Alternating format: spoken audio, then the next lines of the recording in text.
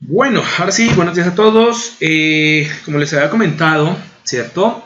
Toda la información que hemos recibido hasta el momento, que hemos trabajado con respecto a ese recuento, ese, podemos decir, repaso súper corto que hicimos en la clase anterior con respecto a las ecuaciones diferenciales, nos tiene que llevar a algo, y es específicamente a cómo nosotros vamos a aplicar esos conceptos en el modelado de sistema. Recordemos que vamos a empezar con el modelado desde el punto de vista teórico. Por lo tanto, como buen espacio teórico, vamos a tener que primero estudiar algunos contenidos, vamos a tener que manejar un poco la parte de matemática, la parte formalmente de la aplicación de las leyes de la naturaleza sobre algunos de los sistemas que vamos a trabajar, ¿no? Entonces, bien, teniendo en cuenta eso, me disculpo, estoy un poquito disfónico porque tenía la clase con sus compañeros de instrumentación, entonces saben ustedes que yo hablo mucho, ¿no? Entonces, bien, vamos a empezar primero hablando un poco de la parte de física, o más bien desde el punto de vista de la física mecánica, ¿cierto? De cómo es el comportamiento de los cuerpos, ¿no? Comportamiento de los cuerpos que nosotros pues vamos a asumir como masas, ¿bien? Y pues vamos a poner de pronto, vamos como a catalogar o como a encasillar que esas masas tienen cierta forma física descriptiva o de una forma general parecen más bien como una especie de rectángulos, ¿listo? Que es lo que ustedes alcanzan a observar ahí. No vamos a utilizar de pronto una forma muy gráfica, vamos a utilizar, digamos, una representación esquemática lo más simple posible, ¿ok? Entonces, desde el punto de vista de lo que llamamos nosotros bloques funcionales. Entonces, bien, la idea básica es poder recordar un poco cómo es que interactúan las fuerzas sobre los sistemas mecánicos. Vamos a tocar conceptos fundamentales de lo que son los sistemas mecánicos que se trasladan de manera rectilínea y aquellos que se trasladan sobre un eje, es decir, que rotan o que giran alrededor de un eje, lo cual nos va a generar una serie de ecuaciones que, entre comillas, terminan siendo las mismas. Son sistemas mecánicos, ¿cierto?, que se están desplazando, solo que van a cambiar algunos conceptos. Tal es el caso de la masa, que en el caso rotacional se va a convertir en una inercia, ¿ok? Basados en eso, pues bueno, empecemos a recordar un poco que tenemos tres componentes fundamentales en los sistemas mecánicos, ¿ok? Dentro de esos sistemas, nosotros podemos ensamblar, pues digamos, componentes o podemos ensamblar modelos muchísimo más complejos. Sin embargo, tenemos el mismo concepto siempre. El hecho de que nosotros debemos contar el número de componentes que se tienen en un sistema, por más complejo que este sea, nos va a determinar el número de elementos que vamos a tener dentro de las ecuaciones diferenciales características, ¿ok? Entonces, si tenemos 10 componentes, esos 10 componentes determinaremos si son componentes de tipo A, tipo B, tipo C o tipo D, y de acuerdo a eso, esos 10 componentes tienen que aparecer en la ecuación diferencial. ¿De qué forma? Pues bueno, como dijimos nosotros, vamos a trabajar desde el punto de vista lineal, por lo tanto, cada componente nos va a aportar un coeficiente característico y obviamente un componente diferencial o una derivada de alguna forma sobre nuestro modelo final, ¿ok? Entonces, basados en eso, vamos a hacer énfasis y vamos a hacer hincapié en que siempre debemos contar el número de componentes de nuestro modelo. El número de componentes de nuestro modelo nos va a definir cuántos elementos va a tener nuestras ecuaciones, ¿vale? Y con base en eso hacemos diagramas de cuerpo libre de tal manera que el diagrama de cuerpo libre nos exprese el sentido y la dirección de las fuerzas, ya que la magnitud pues técnicamente va a ser descrita como una constante. Entonces, para el caso de las masas, en el caso meramente de desplazamiento longitudinal, las masas, pues vamos a asumir el coeficiente m como masa, vamos a asumir como tal el coeficiente de elongación o el coeficiente de rigidez de los resortes como K, y vamos a asumir los coeficientes o el coeficiente de fricción viscosa o de fricción columbiana o de fricción como tal estática, lo vamos a asumir con un B o una C. Bueno, dependemos directamente del tipo de libro que estemos manejando. Entonces, bajo esas condiciones, en algunos libros, en algunas bibliografías, en algunos contenidos, puede aparecer el parámetro V, ¿cierto?, como la fricción viscosa de un sistema amortiguador, o puede aparecer C. ¿Ok? Entonces, nosotros hablaremos de eso. ¿Por qué? Porque se van a dar cuenta que en algunos ejercicios vamos a poner a B o beta, lo vamos a poner como el componente de fricción, y mágicamente en otro ejercicio aparece C. Entonces uno dice, bueno, Inge, me acabo de confundir, o es C o es B al final. Bueno, vamos a utilizar un término y vamos a utilizar el término B, para expresar, o beta, para expresar directamente lo que son las fricciones, ¿ok? Si llega a aparecer C como fricción, como el componente de fricción, pues entonces obviamente ustedes entenderán que viene directamente la gráfica de otro libro, ¿no? Viene de otro componente. Normalmente, por ejemplo, en el caso de Ogata, el libro de Katsuyuto Ogata, él siempre utiliza a C como el componente de amortiguamiento, mientras que en el libro como por ejemplo de Palm, o por ejemplo en los libros de Nice, utilizan B. ¿Okay? Es indistinto. Lo importante es decir, hey, ¿cuál es el componente que acompaña a la primera derivada? ¿Ven? En el sistema de ecuaciones, en donde la primera derivada va a representar precisamente a los elementos amortiguadores, va a ser un elemento, un componente que es fundamental en los sistemas complejos, ¿ok? Que tenemos que definirlo en los sistemas complejos. Bueno, toda esta parafernalia que acabo de decirles es para decir lo siguiente. Siempre en los sistemas vamos a identificar tres elementos fundamentales, ¿listo? Que son, lo primero, las masas. Las masas son elementos inerciales, son elementos que tienen el movimiento y son los elementos sobre los cuales vamos a hacer el análisis de diagrama de cuerpo libre, ¿ok? Que quede totalmente claro. Sobre las masas, bueno, para el caso de desplazamiento longitudinal, pero también para el caso de las masas rotacionales, es decir, las inercias, nosotros haremos nuestro análisis vectorial. Y esto es importante definirlo porque cuando decimos vectores estamos diciendo por defecto que estos vectores tienen una magnitud, una dirección y un sentido. Y eso tiene que ser expresado directamente en el diagrama de cuerpo libre.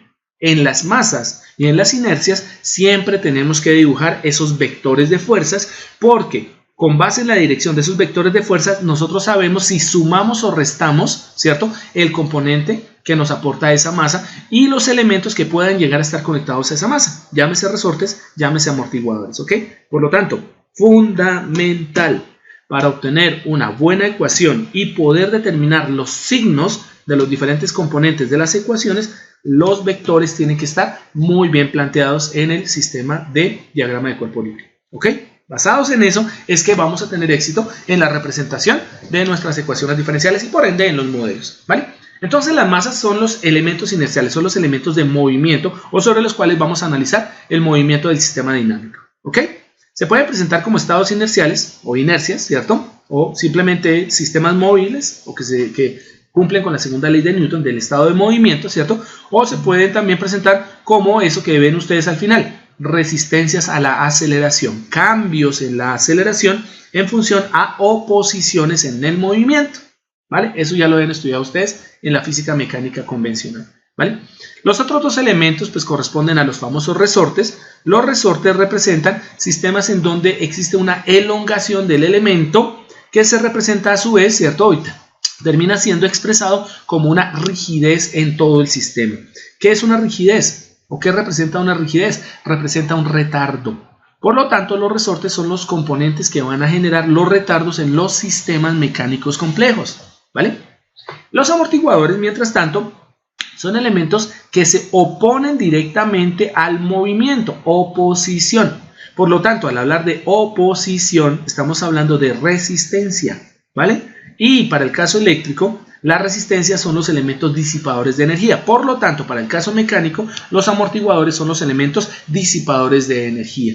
De esa forma, los amortiguadores como componentes de tipo A, los resortes como componentes de tipo B y las masas como componentes de tipo C, que son los acumuladores de energía, porque son los de los estados inerciales, ¿cierto? Van a conformar las ecuaciones básicas de los sistemas mecánicos, ¿ok?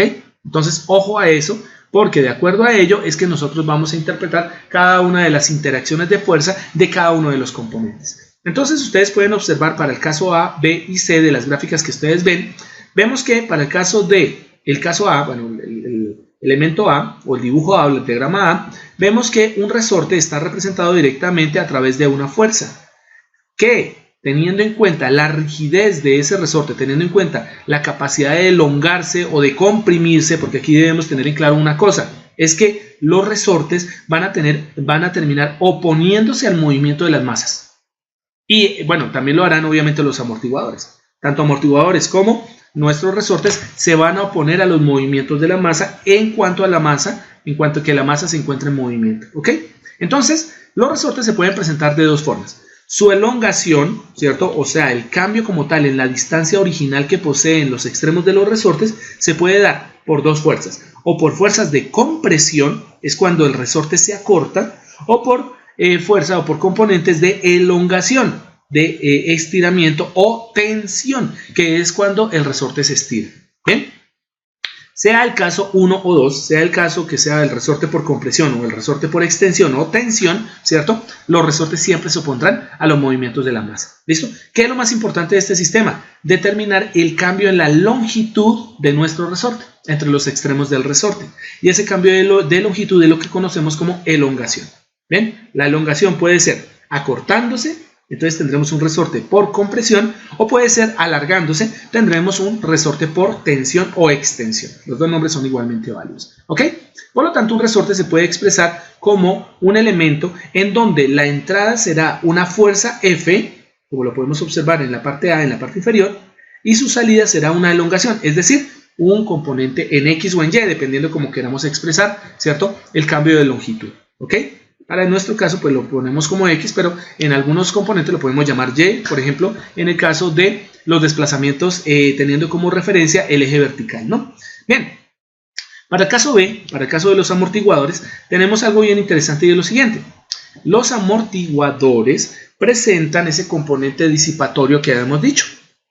¿En función a qué? En función a que nosotros tenemos directamente un fluido que se opone a una fuerza. ¿Cómo se opone? Presentando esa resistencia como un cambio, ¿cierto? Como una razón de cambio en la posición. Pongámosle de esa forma. Una razón de cambio en la posición. Cuando hablamos de una razón de cambio en la posición, estamos hablando por defecto de una velocidad. Razón de cambio de la posición es una velocidad. Entonces, la derivada de la posición, que termina siendo una velocidad, es la que se va a expresar como esa resistencia que opone el fluido o que pone el fluido directamente ante una fuerza aplicada. Los amortiguadores tienen una característica bien interesante y es que el desplazamiento o la resistencia que presenta el fluido, y ojo porque cuando hablamos de fluido estamos hablando tanto de fluidos de tipo hidráulico como neumático, y cuando hablamos de fluidos hidráulicos también estamos por defecto hablando de la densidad, es decir, por defecto que los fluidos pueden llegar a presentar una densidad cambiante y eso significa viscosidad. Entonces, esa oposición del fluido que nos genera esa razón de cambio en la posición es la que vamos a expresar en todo amortiguador. Por lo tanto, la entrada en un amortiguador es una fuerza y su salida será un cambio en la posición. Miren que aquí hay un error. Este gráfico como tal es copiado directamente del libro de Bolton, del libro de instrumentación de Bolton. Hay un error y es precisamente en el hecho de que en el amortiguador la salida realmente no es X, la salida debería ser X'. Les hace falta aquí un X' o un DX para expresar que es una razón de cambio. ¿Listo?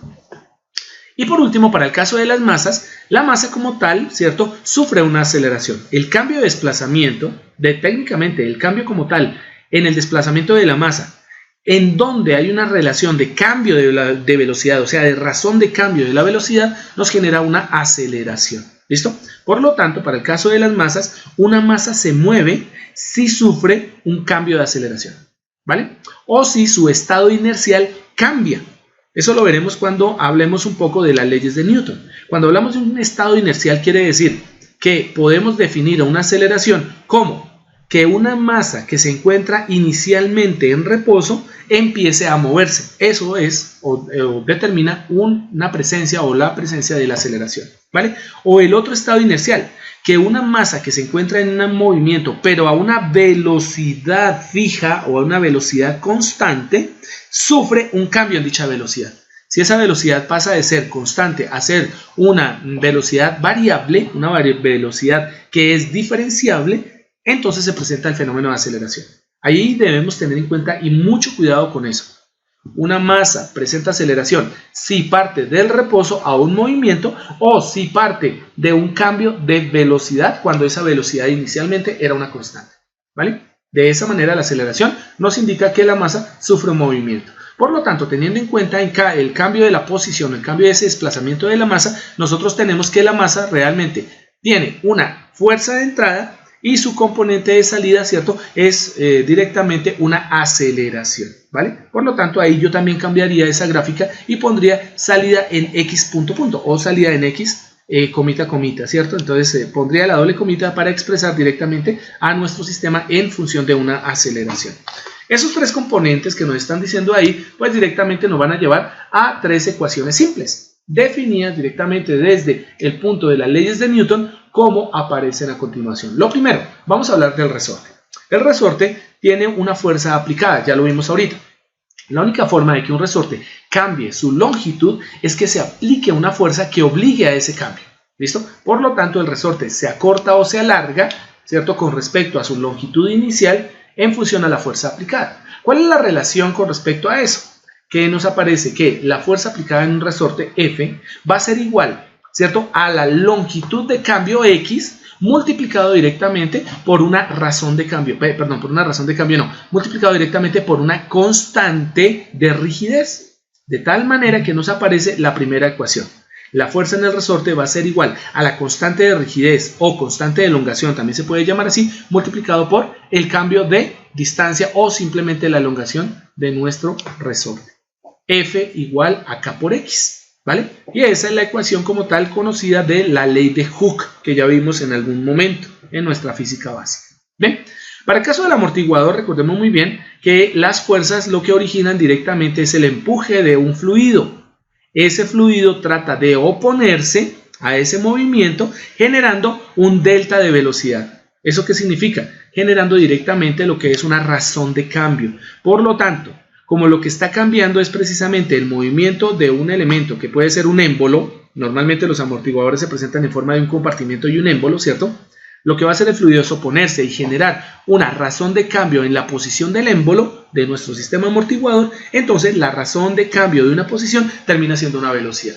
Entonces nos dice lo siguiente: entre más rápido se empuje nuestro émbolo sobre el fluido, mayor resistencia va a oponer el fluido. Y por lo tanto, mayor será el cambio de velocidad en dicho fluido. ¿Listo? Y bajo esa premisa es que nos aparece la segunda ecuación, que nos dice lo siguiente: la fuerza de oposición presentada por un amortiguador va a ser igual a la razón de cambio de la posición del émbolo o del sistema que presiona al fluido, ¿cierto?, multiplicado por una constante dependiente del fluido. Y esa constante se conoce como, para el caso de fluidos, en este caso de gases o en este caso de líquidos, se llamará constante de viscosidad. ¿Listo? Si es para el caso de amortiguadores en donde hay contacto directo de superficies sólidas, entonces se llamará constante de rozamiento. Y ustedes ya la conocen. La famosa fuerza de rozamiento nos genera ese delta de velocidad.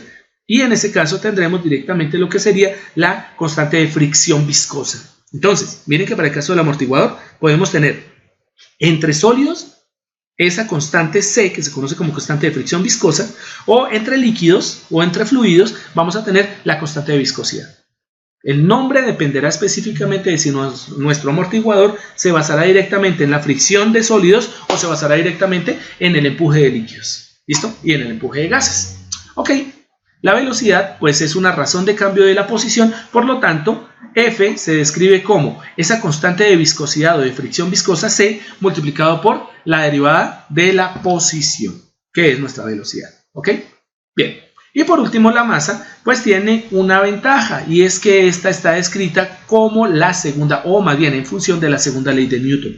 La ley de movimiento nos dice lo siguiente: que una masa que sufre una razón de cambio en su velocidad o en su posición partiendo del reposo, generará una fuerza de movimiento.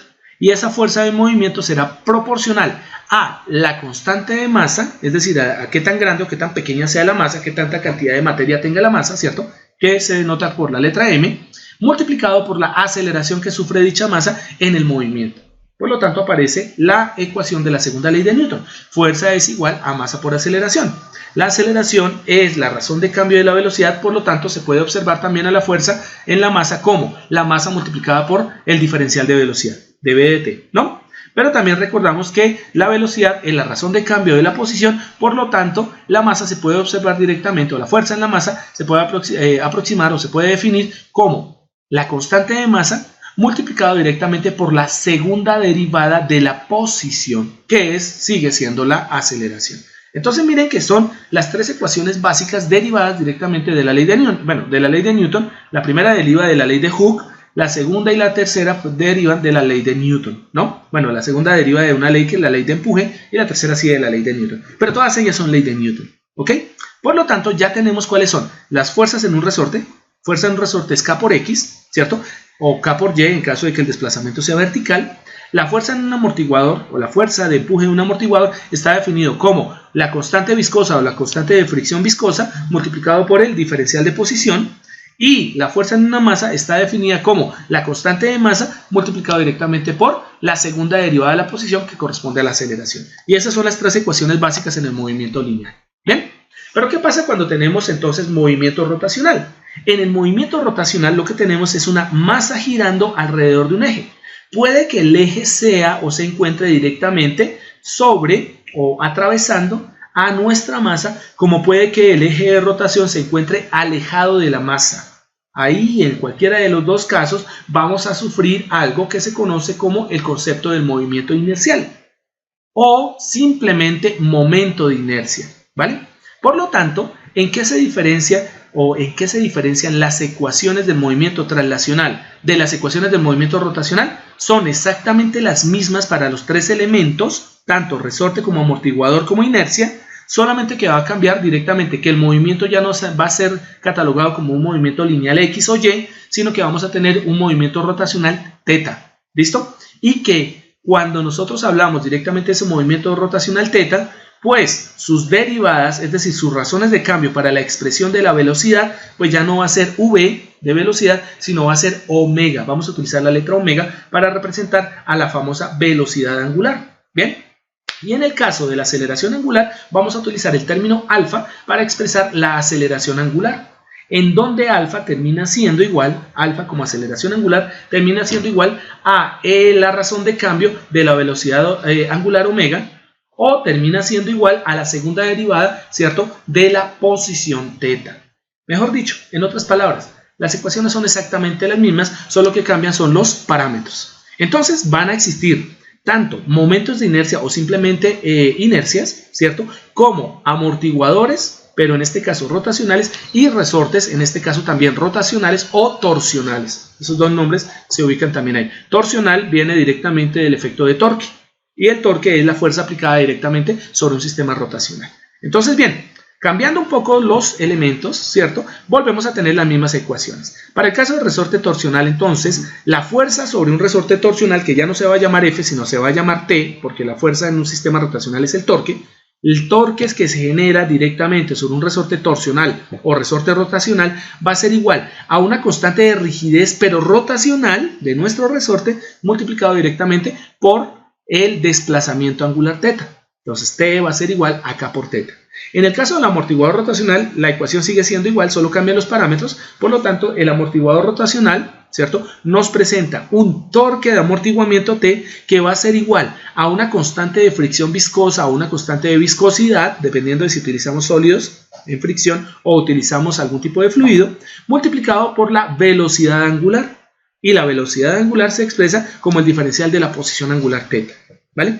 Y en el momento de inercia o simplemente inercia, nosotros vamos a tener que el torque sobre la inercia o torque inercial T va a ser igual a una constante que ahora no va a ser la masa, sino va a ser una inercia, una masa rotando, ¿cierto?, multiplicado por la aceleración alfa, la aceleración angular. ¿Listo? Que, bueno, en otras expresiones saben ustedes que terminará siendo el diferencial de la velocidad angular, por lo tanto el torque va a ser igual a la inercia multiplicado por el diferencial de omega en el tiempo, o para el caso directamente de tener que representarlo en forma o en términos más bien de su posición angular, pues el torque sobre la inercia va a ser igual a el momento de inercia I multiplicado por la doble derivada o la derivada 2, ¿cierto?, de nuestra posición angular. O sea, son exactamente las mismas ecuaciones. Si las comparamos, las de posición o las de movimiento más bien lineal, traslacional, son exactamente las mismas del rotacional, solo con el cambio de parámetros que acabamos de justificar ahorita, ¿vale?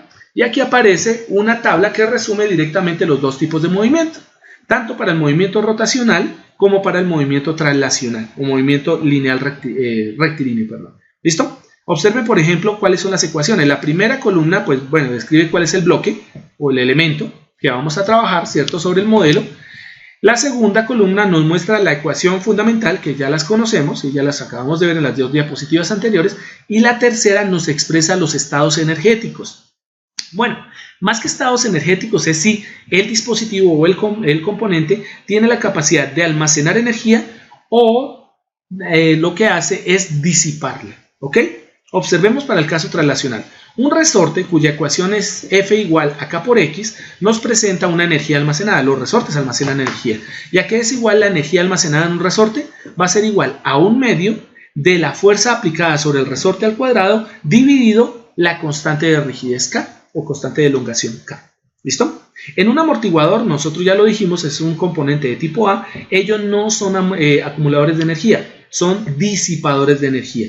Por lo tanto, para la ecuación característica de un amortiguador, que es F igual a la constante C multiplicado por el diferencial de la posición, vamos a tener que la energía liberada en forma de potencia en un amortiguador va a ser igual a la constante de viscosidad o de rigidez, constante de fricción viscosa C multiplicado por la velocidad al cuadrado. Miren ustedes y analicen muy bien la componente o la forma en que se presenta la energía disipada en un amortiguador. Potencia disipada en el amortiguador es igual a una constante C multiplicado directamente por la velocidad al cuadrado. No sé por qué, pero la ecuación se me parece muchísimo a la ecuación de potencia disipada en un resistor. La potencia disipada en un resistor va a ser igual, ¿cierto?, a la resistencia o el valor de la resistencia multiplicada por la corriente al cuadrado. P igual a I por R, a R por I cuadrado. ¿Miren?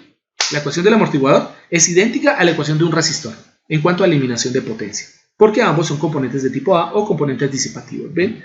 Y en el caso de la masa, pues bueno, la fuerza es igual a la masa por la segunda derivada de la posición, que es lo mismo que la masa por la primera derivada de la posición, que es lo mismo que la masa multiplicada por la aceleración. Y en el caso de las masas, ellos también acumulan energía. Y el valor de energía que acumula una masa va a ser expresada como su energía cinética. Energía cinética de la masa va a ser igual a 1/2 de la masa multiplicada por la velocidad al cuadrado. Estos componentes de energía son muy importantes porque a veces tenemos que expresar nuestros modelos en función de ecuaciones de energía. Y otras veces nos sale mejor expresar nuestros modelos desde el punto de vista de la aplicación de fuerzas. Nosotros vamos a partir de la aplicación de fuerzas. Vamos a partir con las leyes de Newton y más adelante veremos una modificación hacia ecuaciones de energía. Bueno, aquí hay una cosa bien interesante del libro y es que va a tocar corregir algunas cosas de ortografía, ¿no? Ahí no dice energía, sino dice energía. Anteriormente decía algo raro, también vamos a tener que hacer algunos ajustes. Hasta ahora me doy cuenta, pero bueno, esto sí se debe a que lo copiamos de un libro y parece que el libro tiene errores en su traducción, ¿no? Porque el libro realmente está en inglés.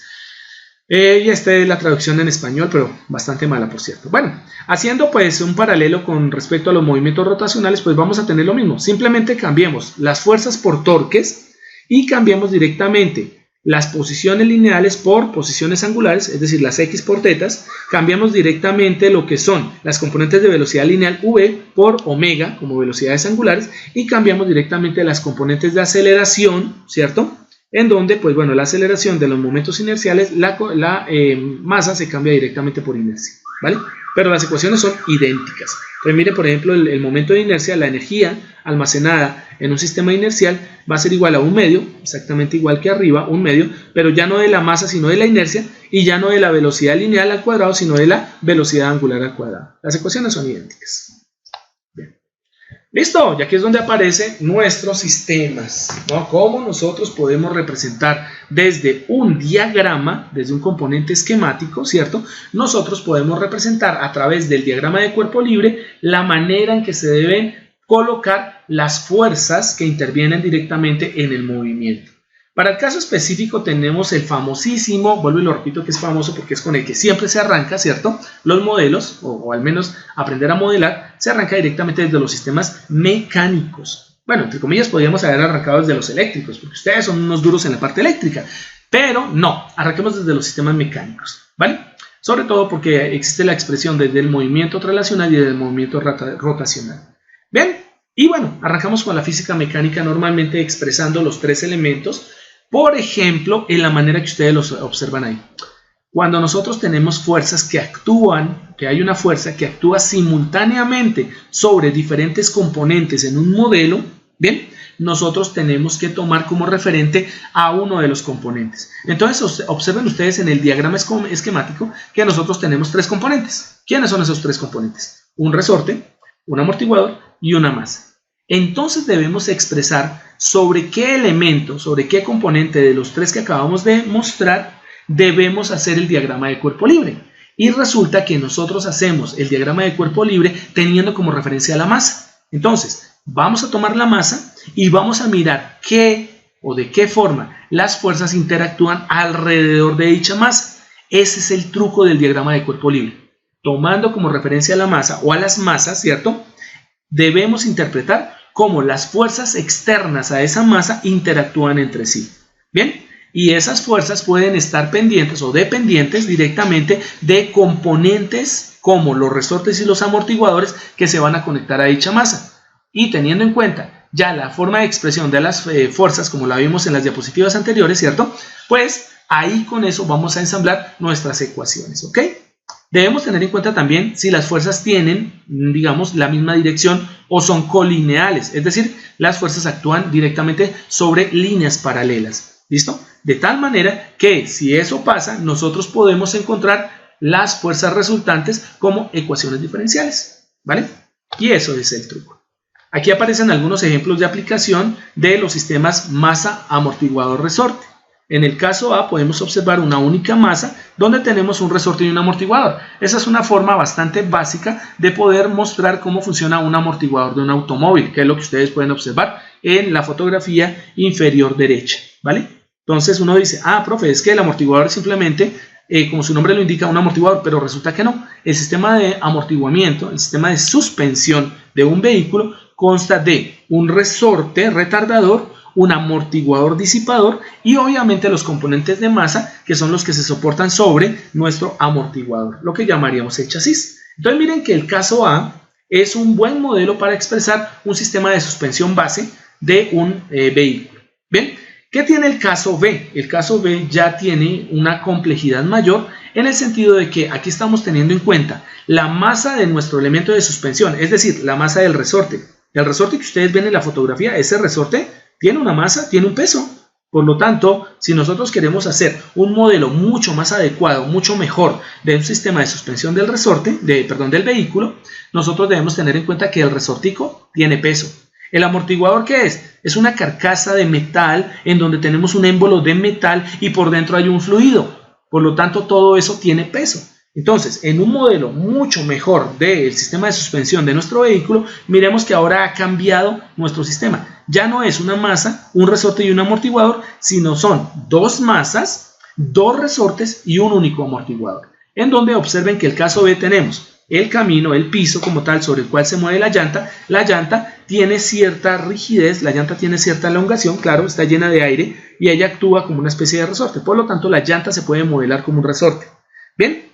Conectado a la llanta tenemos el sistema de suspensión. ¿Y qué tiene el sistema de suspensión? Pues la masa que corresponde al peso combinado entre el amortiguador y el resorte. ¿Listo? Por lo tanto, tenemos la masa de la suspensión y seguido a él tenemos directamente nuestra representación de la elongación o sistema de rigidez del resorte, ¿cierto? Y la parte viscosa o el sistema de viscosidad presentado directamente por nuestro amortiguador. Y ellos van conectando directamente a la masa del chasis. Miren que el caso B ya es que directamente un sistema mucho más complejo, pero que expresa mucho mejor lo que sería el modelo del automóvil, del sistema de suspensión del automóvil. ¿Listo? Y el caso C sí que es más complejo porque nosotros estamos añadiendo más detalles. ¿Listo? ¿Cuáles son los detalles? Igualmente tenemos la llanta que hace contacto con el piso, por lo tanto se modela precisamente por esa forma podemos decirlo, por esa forma que tiene la llanta o la manera en que la llanta actúa con el piso directamente, ella actúa directamente como un resorte, es un resorte, ¿listo?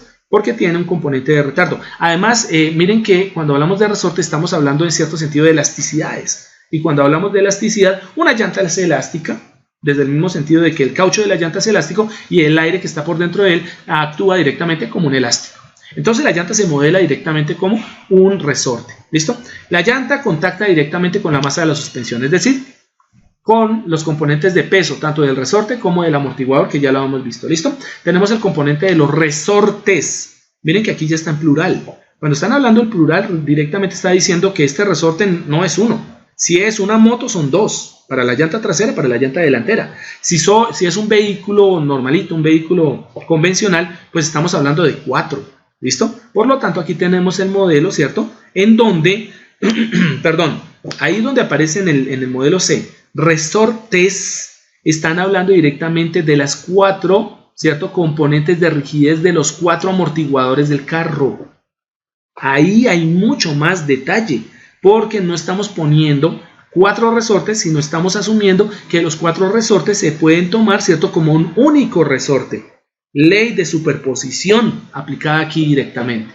Y observen que aparece ya la parte del amortiguador como tal, ¿cierto? Lo denominan absorbedores de impacto, ¿sí? ¿Y cuántos absorbedores hay? Pues si estamos hablando del vehículo convencional, son 4. Por lo tanto, ahí tenemos la sumatoria de las 4 componentes de fricción viscosa de nuestro amortiguador, ¿vale? Mucho más detalle tenemos en esa parte. ¿Qué sigue ahora? La masa del automóvil se reemplaza por simplemente el chasis, la masa del chasis. Técnicamente, ¿qué es? La estructura que es soportada directamente por el sistema de suspensión. Y adicional a eso dicen, hey, mire, en este modelo lo que me interesa también es tener en cuenta el conductor. Por lo tanto, el asiento y el conductor forman una tercera masa. Y esta masa está conectada directamente al chasis a través de ¿qué? De los sistemas de suspensión propios del asiento. El asiento tiene cierto sistema de amortiguamiento y por lo tanto se modela el resorte del asiento y el amortiguador del asiento. Uno diría, profe, pero yo he visto un asiento y yo nunca he visto el amortiguador. Los componentes mecánicos que fijan directamente al asiento con respecto al chasis, al piso del vehículo, ¿cierto? Para nuestro caso el piso, pues van a tener cierta cantidad de amortiguamiento, ¿cierto? Cuando tenemos un vehículo fino, ¿no? Pues cuando tenemos un vehículo feo, digamos, de mala marca, de mala calidad, pues realmente el asiento se pega directamente al chasis. Entonces no tendríamos ni el resorte del asiento ni el amortiguador del asiento. Pero en el caso de un vehículo de alta gama, uno así que sea bien poderoso, bien bueno, ténganlo por seguro que los resortes sí tienen, los asientos sí tienen ese resorte y sí tienen ese amortiguador. Y uno desarma el asiento y encuentra resorte y amortiguador, como una especie de mini amortiguadores, mini absorbedores de impacto, ¿vale? Miren que el modelo C es mucho más complejo. ¿Cuántos componentes tiene el A? El modelo A tiene 3. Una masa, un resorte y un amortiguador. Por lo tanto, seguramente la ecuación diferencial va a ser muy sencilla, ¿vale? Muy sencilla, pero es una aproximación pues malita del modelo del vehículo. En el tipo B, o en la gráfica, en el diagrama B, observemos cuántos componentes tenemos. 2 masas, 2 resortes, un amortiguador, por lo tanto tengo 5 elementos. Entonces, mi ecuación diferencial tendrá 5 componentes. Y eso quiere decir que tendremos una representación un poco más aproximada a la realidad. Mucho mejor que la A. Pero miremos el C. La complejidad del C aumentó directamente por el número de componentes que tenemos. Si tomamos en cuenta que en esta gráfica están tomando el conductor y el asiento no como un único bloque, sino lo están tomando como si fueran 2 bloques separados, es posible que entre el conductor y el asiento tenga que incluir una fuerza de rozamiento. ¿Ven? Como lo dibujaron ahí separados, 2 bloques separados y no un único bloque, entonces podemos contar al conductor y al asiento como 2 masas independientes. Entonces, ¿cuántas masas tendríamos en total? Conductor, asiento, chasis y masa de la suspensión serían 4 masas. ¿Cuántos resortes observamos? Observamos 3 componentes de rigidez, 3 resortes. ¿Listo? Vuelvo y repito. Están tomando entre el chasis y la masa de suspensión la componente neta de los 4 resortes del amortiguador. Por eso no hay 4 resortes, ¿ok? Están tomando como si fueran componentes netos, es decir, están asumiendo la sumatoria de las elongaciones de cada resorte como una sola. Principio de superposición. Entonces, bajo esas condiciones, yo tengo 1, 2 y 3 representaciones de resortes y tengo 2 amortiguadores. Entonces, si hacen la suma, 4 más 3 más 2 les da directamente 7. ¿Listo? Tendríamos, a ver, 3, 2, 5, perdón, 9, ¿no? 2, 4, 6, 8 y 9. 9, estoy sumando mal, porque el conductor y el asiento son diferentes, ¿no? Entonces, bien, chicos, aumentamos el número a 9 componentes. Por lo tanto, la ecuación diferencial tendrá 9 elementos. ¿Cuál va a ser más difícil de modelar? El C. ¿Cuál va a ser el más fácil de modelar? El A.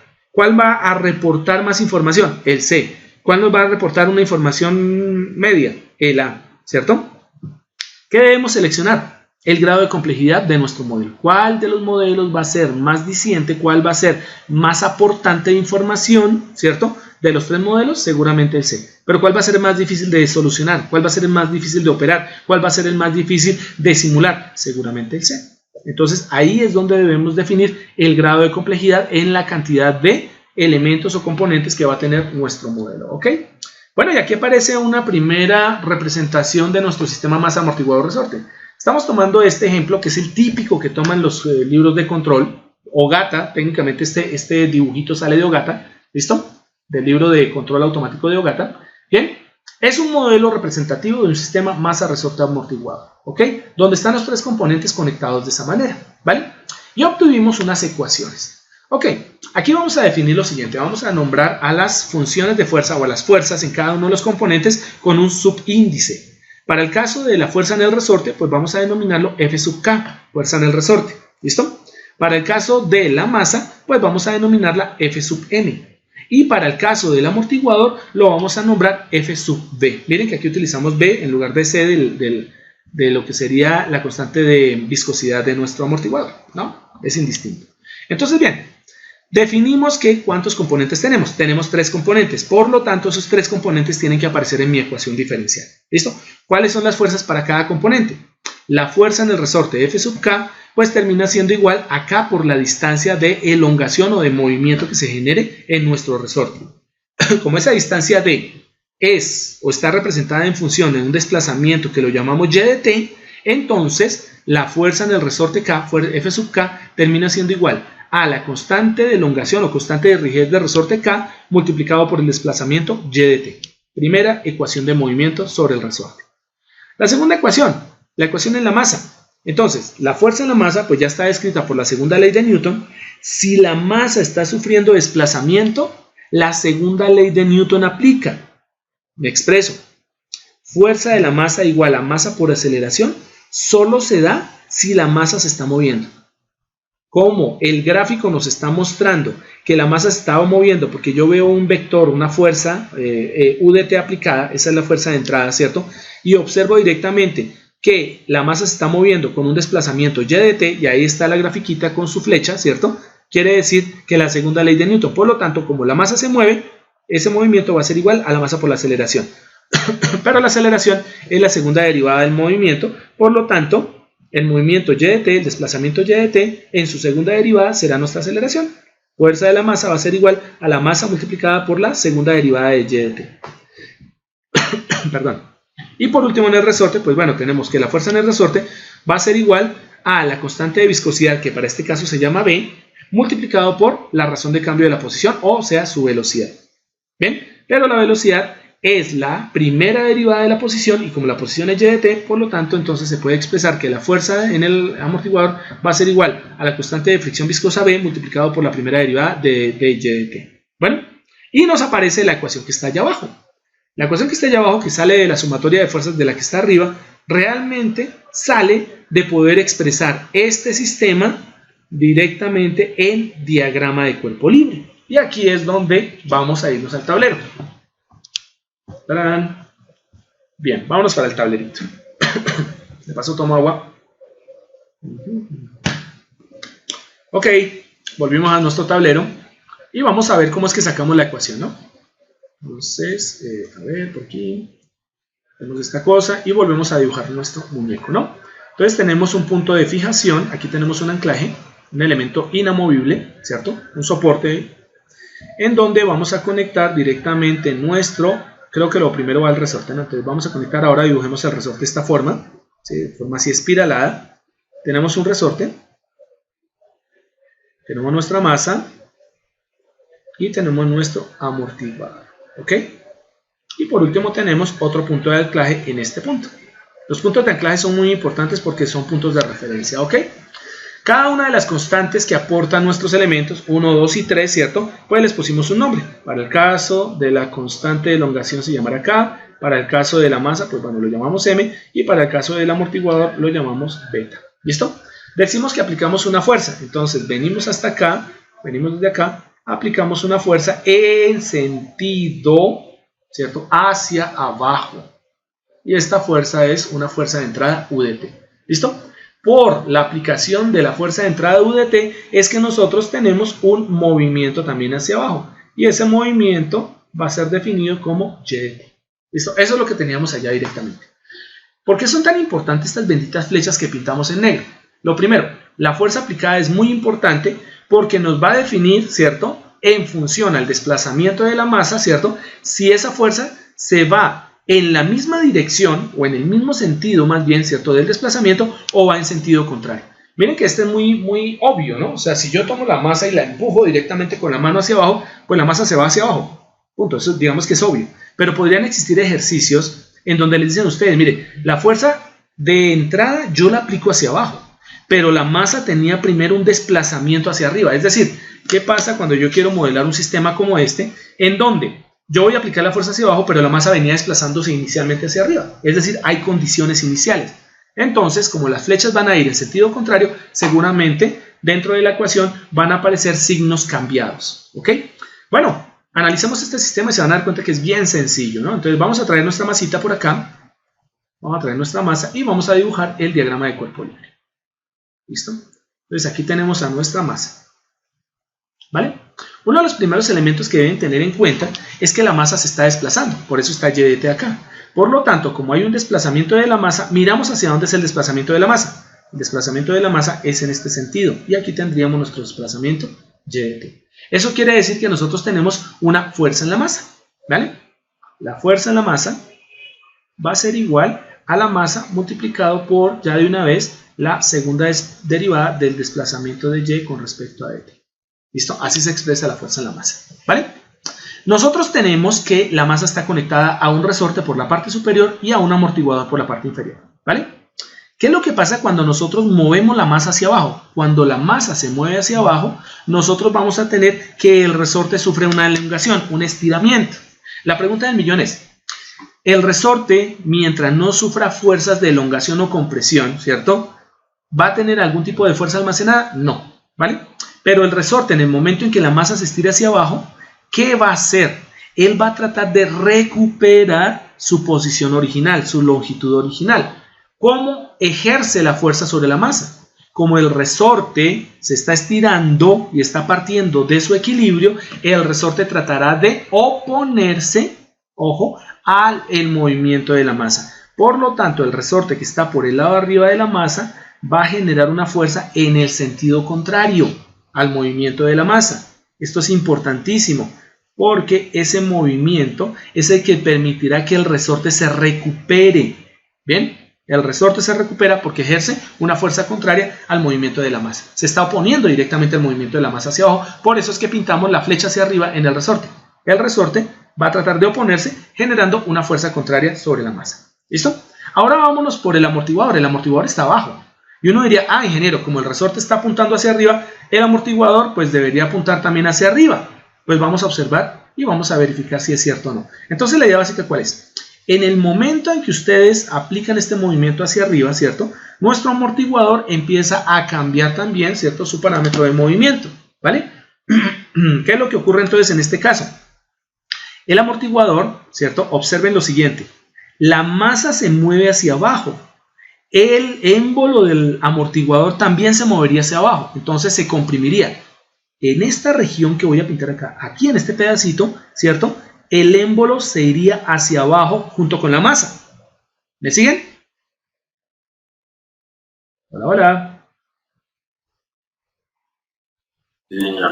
Vale. Miren que ¿Podría repetir, por favor, esa última partecita? Vale. Miren que la masa se desplaza hacia abajo. ¿Listo? Voy a tomar el émbolo de mi amortiguador, lo voy a pintar de otro color, lo voy a pintar aquí de rojito. Este émbolo. ¿Listo? Como la masa se está desplazando hacia abajo, ¿hacia dónde se está desplazando el émbolo? También se está desplazando hacia abajo. ¿Están de acuerdo o no?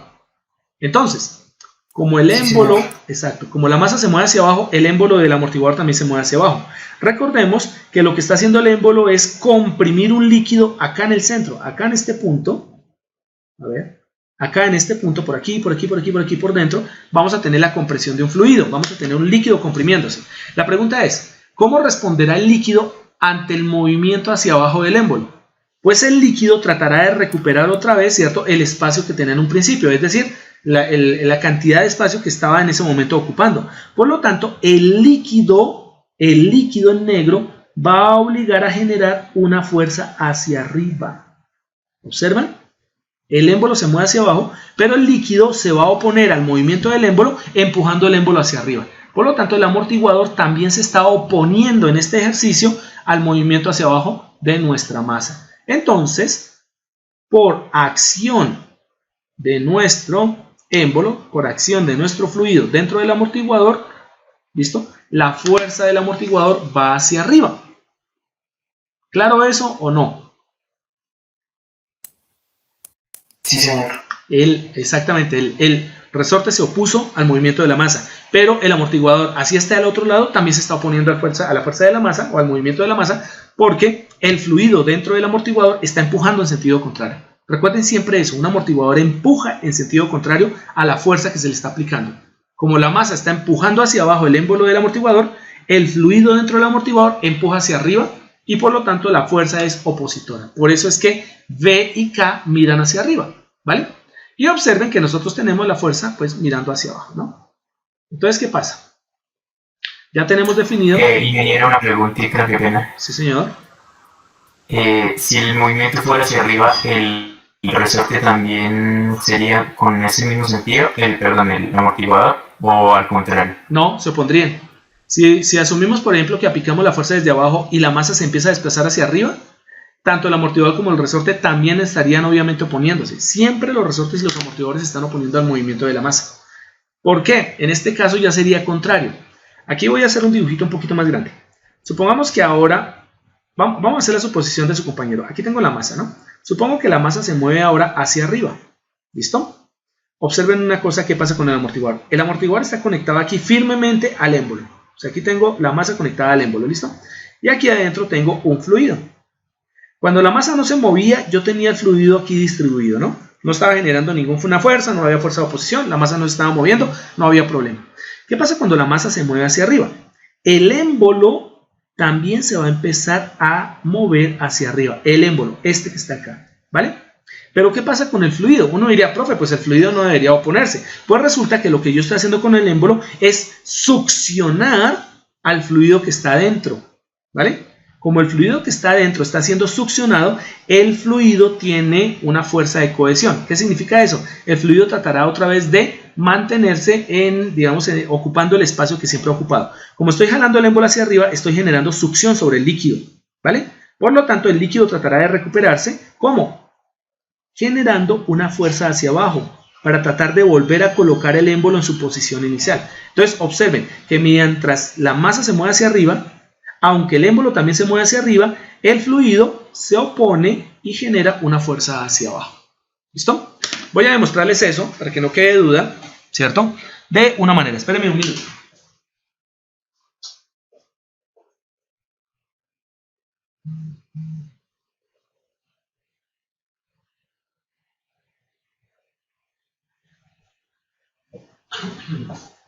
Bueno, ya volví. Me salgo un minutito aquí de la... Necesito que esto quede totalmente claro porque normalmente el problema de los modelos o del modelado de sistemas mecánicos es que terminan poniéndose al contrario o terminan equivocándose más bien, ¿cierto? En la dirección de las fuerzas. Y al equivocarse en la dirección de las fuerzas ya todo se friega, ¿ok? Entonces, bien, disculpen por el término que acabo de utilizar. Vale. Voy a presentarme, aquí estoy otra vez, ¿vale? Y voy a poner acá esto. Voy a fijar esto en pantalla. Bueno, ¿me ven, no? Vale. Una jeringa, una simple jeringa, puede ser un ejemplo bastante claro de lo que es un amortiguador, ¿vale? Entonces, miren, tenemos el émbolo acá, el negrito, ¿cierto? Y el émbolo pues tiene la capacidad de desplazarse, ¿no? Entonces, miren, yo puedo aplicar directamente una fuerza aquí encima y yo puedo obligar a que el émbolo baje o suba. Bueno, supongamos que el émbolo va a ser el amortiguador ahora, ¿vale? Tenemos el émbolo, el amortiguador, y tenemos una cantidad de fluido aquí dentro. Aquí tenemos una cantidad de aire, aquí hay unas moléculas dentro de él, ¿vale? Vamos a cerrar este sistema, es decir, vamos a taparlo aquí por el lado de abajo y vamos a suponer que vamos a hacerlo un poquito más lejos, voy a aplicar una fuerza desde arriba, supongamos que la masa está arriba y obliga a que el émbolo baje, ¿no? Entonces voy a escuchar. Observen cómo el fluido se comprimió y observen directamente cómo el émbolo bajó. La pregunta del millón es, Si no existiera una fuerza contraria, miren que yo con mi dedo estoy aplicando fuerza hacia abajo, ¿bien? Si no existiera una fuerza contraria que se opusiera al movimiento hacia abajo, a la fuerza que yo acabo de aplicar hacia abajo, pues este sistema, este émbolo no debería recuperarse. Voy a quitar el dedo.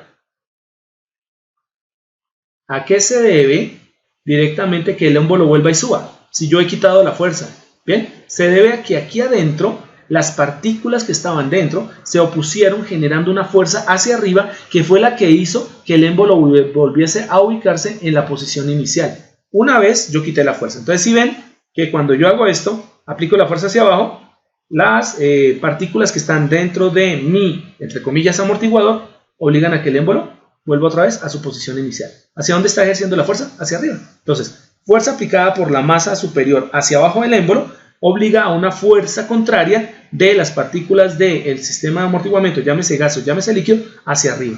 Por eso dibujamos hacia arriba. Ahora la pregunta que dijo su compañero, ahora supongamos que tengo el mismo amortiguador, vamos a taparlo por acá, vamos a poner un poquito más, ¿listo? Vamos a taparlo aquí por debajo, ¿listo? Entonces tengo este amortiguador, ¿ven? Y ahora lo que voy a hacer es jalar, es decir, voy a cambiar la dirección de este amortiguador. Entonces vamos a tapar acá, voy a jalar miren lo que estoy haciendo. Espérate, es que hacer esto aquí sí es un poco complicado. Utilizamos mi chaqueta que es negra. Entonces lo tenemos acá, ¿no? Tenemos el amortiguador y ahora voy a generar la fuerza hacia arriba. Genero la fuerza hacia arriba. ¿Qué pasó? El émbolo negro también se movió hacia arriba. Si no existiera una fuerza contraria, el émbolo no bajaría. Entonces voy a soltar y observen que el émbolo volvió otra vez a su posición inicial. Entonces, la fuerza la ejercí hacia arriba, pero el fluido que está dentro del émbolo, de aquí dentro de la jeringa, ¿cierto?, hizo fuerza hacia abajo. Cuando quité la fuerza arriba, aplicada con la que jalé directamente mi émbolo, observen que el fluido que estaba adentro, ¿cierto?, jaló, bajó completamente y la fuerza fue hacia abajo. Entonces, fuerza aplicada hacia arriba, fuerza opositora de mi amortiguador hacia abajo. Demostrado ahora sí, realmente que sí aplica directamente el concepto de que tanto amortiguadores como resortes tratarán de oponerse, cuando están conectados a una masa, a el movimiento de la masa. ¿Listo? ¿Quedó claro? Un ejemplo más simple creo que no se da, ¿no? Digo. Ok. Estamos aquí en el tablerito, ¿no? Entonces, bien. Vale, ya podemos borrar esto de abajo, simplemente para decirle que el amortiguador también se va a oponer directamente al movimiento. Esta cosa y continuamos.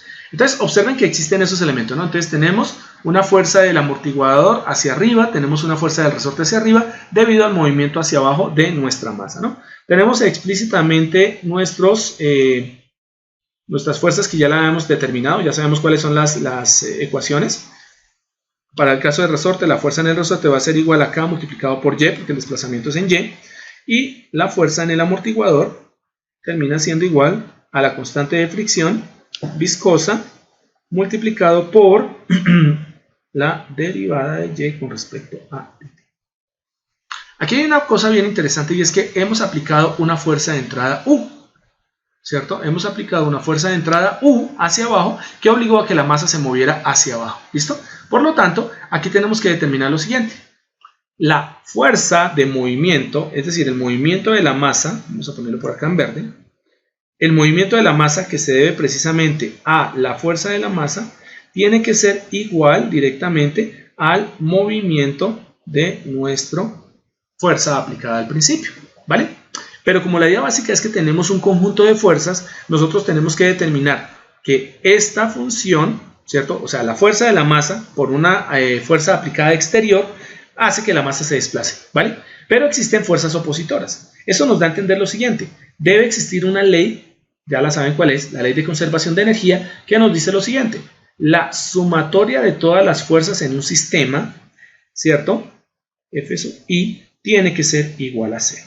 Por lo tanto, lo que nos dice, miren muchachos, sumen directamente las fuerzas. En este caso, si ustedes se acuerdan cómo lo trabajábamos en las leyes de Kirchhoff, era parecido a decir, fácil, miren, las fuerzas en un sentido tienen que ser igual a la sumatoria de fuerzas en el otro sentido. Por lo tanto, lo que nos aparece aquí es lo siguiente, ojo a esto. La fuerza en la masa en este sistema, va a ser igual a la fuerza U de T que va en el mismo sentido. La fuerza en la masa se desplaza hacia abajo, por lo tanto la fuerza en la masa va hacia abajo, la fuerza aplicada externa, U de T, va hacia abajo, y me faltaría poner las dos fuerzas que van en sentido contrario. Por lo tanto, como van en sentido contrario, entonces la fuerza en el resorte se resta, ¿cierto? Y se le resta la fuerza en el amortiguador. Observen, la fuerza aplicada menos la fuerza opositora en el resorte, menos la fuerza opositora en el amortiguador, en conjunto de esa sumatoria me tendría que dar la fuerza resultante en la masa. Por lo tanto, miren lo que hicimos. La fuerza en la masa es igual a todos los elementos de fuerza que vayan en el mismo sentido de la fuerza en la masa de F sub m van positivos. Y todos los elementos que vayan en sentido contrario a la fuerza en la masa van negativos. Entonces, fuerza en la masa va a ser igual a U de T, que es la única fuerza aplicada que va en el mismo sentido de la fuerza en la masa, es decir, de este desplazamiento, menos las dos fuerzas opositoras. F sub K menos F sub B. ¿Listo? Por lo tanto, esto nos lleva a la siguiente conclusión, que la fuerza en la masa más la fuerza en el amortiguador más la fuerza en el resorte tiene que ser igual a la fuerza aplicada. ¿Y listo? ¿Listo? Ahí están las cuatro fuerzas. La fuerza en el resorte, la fuerza en el amortiguador, la fuerza en la masa y la fuerza aplicada. ¿Listo? 4 elementos sobre la masa, 4 vectores sobre la masa, de los cuales podemos derivar simplemente que la fuerza en la masa, que es el desplazamiento, va a ser simplemente la sumatoria de todos los elementos de fuerza que estén asociados a la masa. El del amortiguador, el del resorte y el de la fuerza aplicada externa. Como la fuerza aplicada externa va en la misma dirección en que se mueve la masa, entonces la fuerza externa se toma positiva. Y como las fuerzas del resorte y del amortiguador van en sentido contrario, entonces ellas se restan de la fuerza total aplicada. ¿Vale?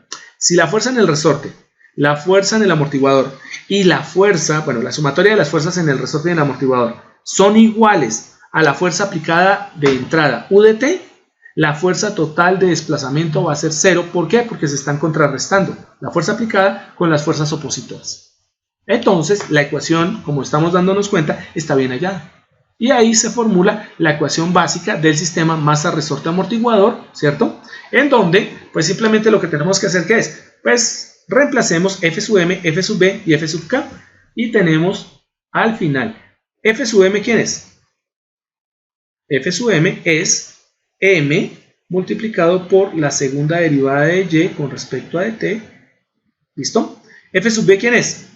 Más b o beta multiplicado por la derivada prima o derivada primera de y de t, más, ¿quién es F sub k? F sub k es k multiplicado por y, y esto termina siendo igual a la fuerza aplicada U de t.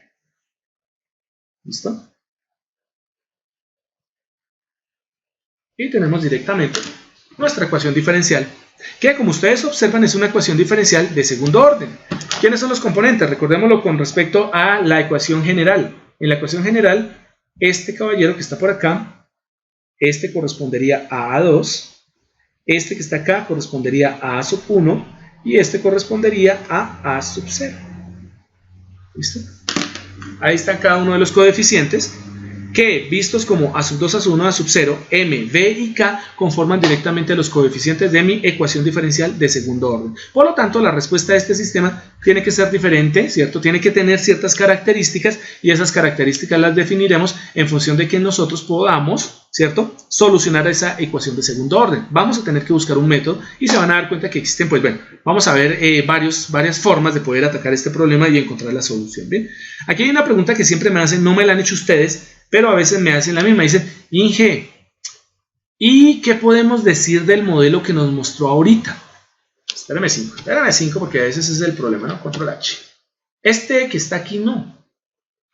Cuando empezamos a ver el sistema masa amortiguador resorte y este sistema, porque Inge, miremos en este caso, chicos. Ustedes observan aquí, seguimos teniendo una masa, un resorte y un amortiguador. ¿Sí o no? Seguimos teniendo esos elementos. Pero observen la posición del resorte y del amortiguador. Si ustedes se dan cuenta, el resorte y el amortiguador están ahora en un mismo lado. ¿Sí lo ven? No como el otro. En este caso, el resorte y el amortiguador se ubican en lados contrarios de la masa. Entonces uno diría, bueno, espérenme 5. Si para este modelo en donde el resorte y el amortiguador nos dieron esta ecuación diferencial que está acá, que ya la acabamos de comprobar, ¿cierto? entonces yo asumiría que para esta configuración en donde el resorte y el amortiguador están por el mismo lado de la masa, la ecuación diferencial debería darme distinta. La pregunta es, ¿me tiene que dar distinta? Pues le respondo no. La ecuación de este modelito así, planteado en esa configuración que ustedes observan acá, es exactamente la misma de este. Y uno diría, pero eso no tiene sentido, ¿cómo es posible? Claro que sí. Observen el diagrama de cuerpo libre que está a la derecha. En el diagrama de cuerpo libre que ustedes observen que ahí están planteando los movimientos. Miren, se aplica una fuerza F. Es más, saquémosla aquí al tablero para que después no digan, ah, es que el ingeniero está haciendo como trampa. Vamos a hacerlo ahora este modelito a ver si nos da exactamente lo mismo. Yo digo que sí. Entonces, ¿cómo es el modelo? El modelo nos dice lo siguiente. Vamos a tener aquí una pared. Es un punto de anclaje, ¿cierto? Tenemos una pared y tenemos aquí el suelo. Este es el suelo, ¿no? Más o menos lo que nos dicen es, supongamos que tenemos aquí una masa y vamos a suponer algo bien interesante de esta masa. Es lo siguiente. Lo primero es que con respecto a la superficie del suelo no hay fricción. Vamos a suponer eso. No hay fricción. De esa manera pues no voy a tener en cuenta pues la fuerza de fricción. Si no, pues tendría que tenerla en cuenta, ¿no? Y voy a amarrarle por acá un resorte. Vamos a pintar el resorte como la resistencia que estaba allá. Y voy a tener aquí un amortiguador conectado acá. Entonces dirían, bueno, lo que dice el ejercicio es, tomen ustedes esto, apliquen una fuerza hacia acá, ¿listo? Y vamos a asumir obviamente que nuestra masa pues se va a desplazar en este sentido, solo que este sentido se va a llamar X, porque estamos sobre el eje horizontal. Vamos a ponerle ese nombre. ¿Será que nos va a dar la misma ecuación? Pues planteemos el diagrama de cuerpo libre. Entonces para el diagrama de cuerpo libre tendríamos lo siguiente. Tendríamos aquí a nuestra masa, ¿listo? Aquí tendríamos la fuerza aplicada que va en esta dirección, pero esta fuerza ya se llama F, no se llama U, ¿cierto? Y tenemos nuestro desplazamiento que va en el mismo sentido. Observen, el desplazamiento de X va en el mismo sentido de la fuerza aplicada a F. Al lado contrario, y voy a pintar en rojo los puntos de anclaje, aquí tengo conectado a mi resorte y aquí tengo conectado a mi amortiguador. En el momento que ustedes tiren la masa hacia la derecha, porque estamos estirando la masa hacia la derecha, ¿cierto? La pregunta del millón es, ¿cuál debería ser la fuerza del resorte? Pues el resorte lo están estirando. Al estar estirando el resorte, él tiene obligatoriamente que generar una fuerza al contrario para tratar de recuperarse. Por lo tanto, la dirección de la fuerza en el resorte es esa.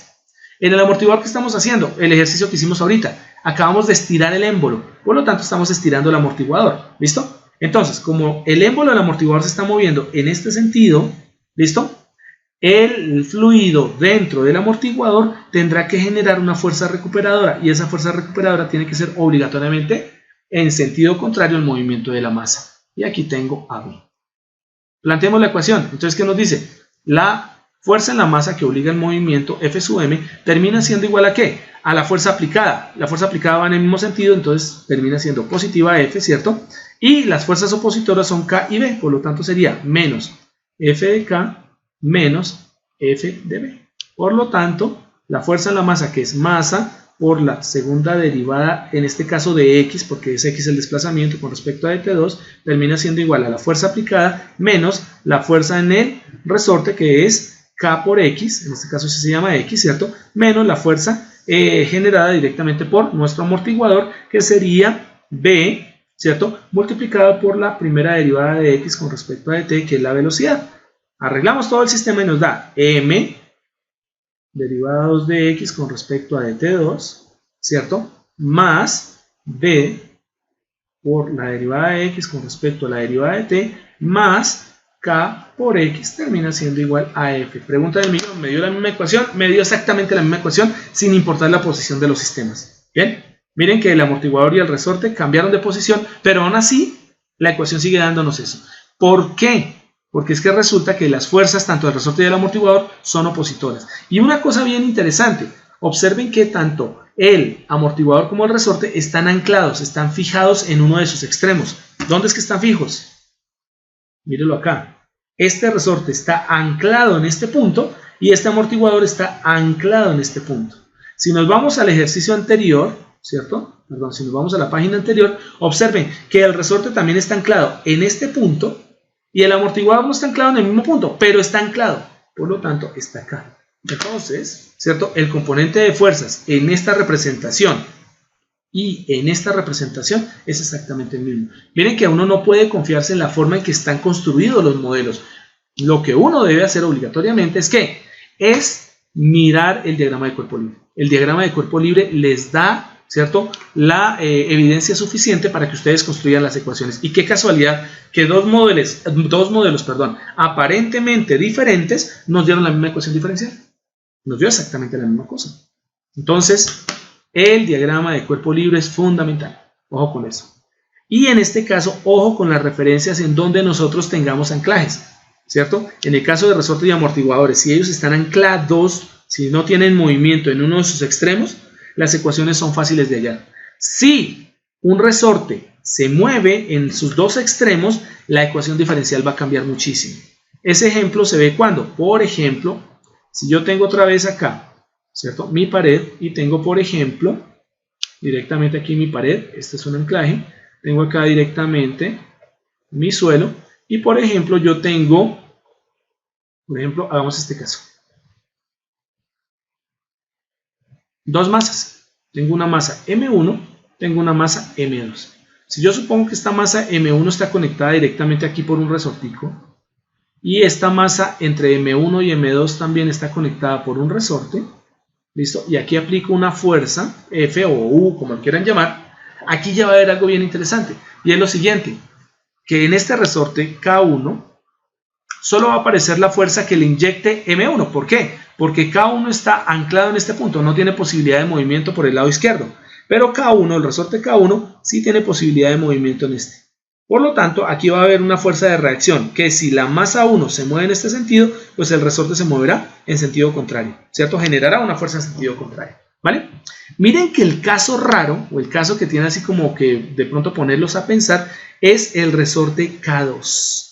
Porque resulta que el resorte K2 sí tiene algo muy particular, y es que sus extremos, ninguno de los dos está conectado a un punto fijo, sino que el extremo izquierdo de K2 está conectado a una masa 1 que tiene la capacidad de moverse, y el extremo K2, el extremo derecho K2, está conectado a una masa 2.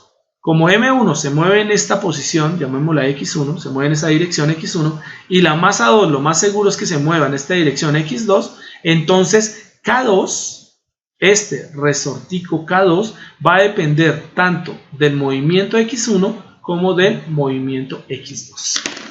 Ahí es donde debo tener cuidado cuando haga el análisis de cuerpo libre, porque para este caso vamos a tener que K2 va a tener una representación dependiente tanto de X1 como de X2. Entonces vamos a tener algo bien interesante ahí. Todavía no les quiero decir cómo se hace, pero esto es importante, ¿sí? Cuando un resorte se encuentra flotante, es decir, ninguno de sus dos extremos de un resorte o un amortiguador se encuentran fijos, sino que ambos tienen la capacidad de moverse, ambos extremos, entonces la ecuación debe tener en cuenta que ese elemento flotante llamado resorte o llamado amortiguador debe depender de dos movimientos. ¿Listo? ¿De qué movimientos? De los de sus extremos, ¿cierto? En este caso, del movimiento de M1 y el movimiento de M2, que son X1 y X2 respectivamente. Bueno, ese ejercicio lo vamos a hacer dentro de poco. Sigamos en el ejercicio básico que tenemos acá. Bueno, el ejercicio básico que tenemos acá nos dice esto, ¿no? Véngale. La ecuación es M de Y2 de T2 más B de Y de T más K por Y igual a U de T. Y eso es lo que tenemos acá en esta representación. ¿Listo? Es por eso que la ecuación que ustedes tienen en la parte de abajo, la sumatoria de F de Y nos da igual a M por dy de 2 de T con respecto a T2 más D por dy de T más K por Y de T es igual a U de T. ¿Listo? De ahí salió la ecuación. Pero miren que es del análisis de cuerpo libre. Aquí yo puse fue simplemente los componentes, ¿vale? Pero el análisis de cuerpo libre fue el que me permitió obtener esto. ¿Bien? Listo, chicos. Llegamos a la primera forma de poder entender cómo funciona este sistema. Resulta que hay 4 formas de poder interpretar esta solución hasta el momento. Esas 4 formas son clasificadas como lo observan ustedes. Podemos encontrar el tipo de respuesta de nuestro sistema simplemente utilizando la misma ecuación diferencial. O sea, yo tomo la ecuación diferencial y simplemente la represento en forma de un diagrama de bloques, ¿vale? O puedo más bien solucionar y encontrar la respuesta, es decir, encontrar la solución de Y de T, solucionando la ecuación de segundo orden por el método o por métodos de ecuaciones diferenciales. O puedo asumir que el sistema es LTI y por lo tanto puedo aplicar el criterio de la transformada de Laplace. O en determinado caso, y esto también es válido, ¿cierto? Yo puedo llevar la ecuación diferencial a una representación en forma matricial que se conoce como la representación en espacio de estados, ¿vale? El primero es el más sencillo, porque lo que nos dice es, mire, ustedes no necesitan solucionar la ecuación diferencial. La ecuación diferencial es esa que tenemos ahí, m de 2y de t de t2 más b por dy de t más k por y de t igual a u de t. Es la misma ecuación que ya acabamos de plantear, ¿no? El primer método nos dice lo siguiente, no chicos, no solucionen el método. Como ustedes tienen un simulador, hagan con el simulador directamente, ¿cierto? O encuentren directamente la respuesta del sistema. Bien, ¿cómo se hace esa respuesta del sistema? Entonces nos vamos aquí a nuestra ecuación planteada, ¿vale? La forma de graficar este sistema es bastante sencilla, bastante simple. Vamos hasta acá, a ver que me equivoqué de tableta. Sí, vamos hasta acá, ¿listo? La ecuación diferencial es la siguiente. La masa multiplicada por la segunda derivada del desplazamiento en y con respecto a dt2 más la constante de fricción viscosa o de viscosidad multiplicada por la primera derivada de y con respecto a dt más la constante de rigidez o elongación, es la misma, multiplicada por y es igual a u de t. ¿Listo? ¿Cómo representamos? Representación en diagrama de bloques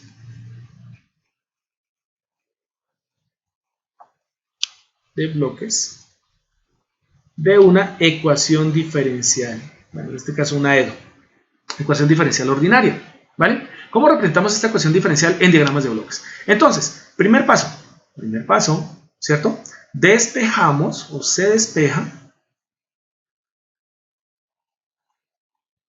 la derivada de mayor orden, se deja solita en un lado de la ecuación de mayor orden. Entonces, despejar la ecuación de mayor orden es simplemente dejar para este caso, derivada 2 de y de t2, dejarla sola a un lado de la ecuación. Entonces, ¿qué tenemos que hacer? Pues simplemente tomamos b por dy de t, lo pasamos como está sumando en el lado izquierdo, pasa a restar a u de t, y tomamos el ky que está sumando, lo pasamos al otro lado a restar. Y esta m la pasamos a dividir, es decir, despejemos de y2 de t y nos da lo siguiente.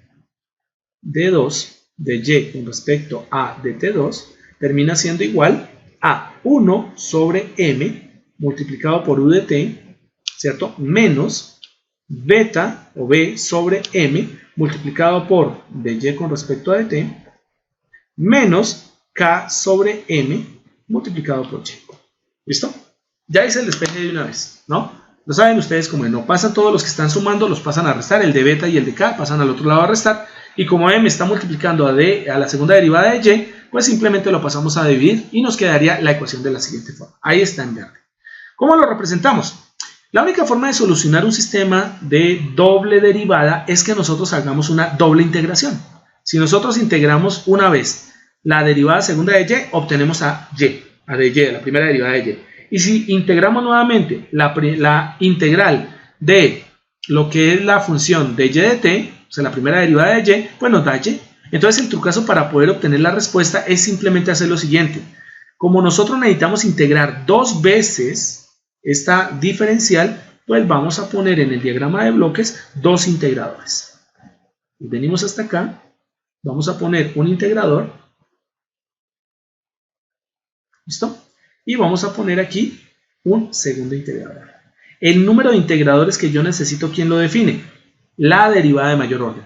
Si la derivada de mayor orden es 4, necesito 4 integradores. Si la derivada de mayor orden es 6, necesito 6 integradores. Como la derivada de mayor orden aquí es 2, n igual a 2, por lo tanto necesito solo 2 integradores. ¿Qué debe entrar al primer integrador? Al primer integrador debe entrar directamente nuestra derivada 2, ¿no? La segunda derivada de y con respecto a dt2, al ser integrada, ¿qué nos da? Nos daría la primera derivada de y con respecto a dt. ¿Listo? ¿Y qué pasa cuando nosotros integramos otra vez la primera derivada de y? Pues nos da como salida a y. ¿Listo? Tendríamos directamente a y como respuesta. Entonces, ¿qué pasa acá? Ah, ya, Inge. Como y es la respuesta final, ¿cierto? Y es la salida y es lo que nosotros queremos graficar, pues inmediatamente eso lo llevamos ¿hacia dónde? Hacia un graficador. Entonces lo llevamos directamente aquí a un scope. ¿Listo?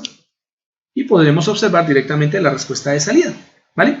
Pero ahí no hay nada. Hasta el momento lo único que hicimos fue poner un doble integrador para integrar 2 veces la segunda derivada de y obtener y. Y es la respuesta y por lo tanto vamos a graficarla. ¿Listo? Nos falta ensamblar el resto de elementos que tenemos acá.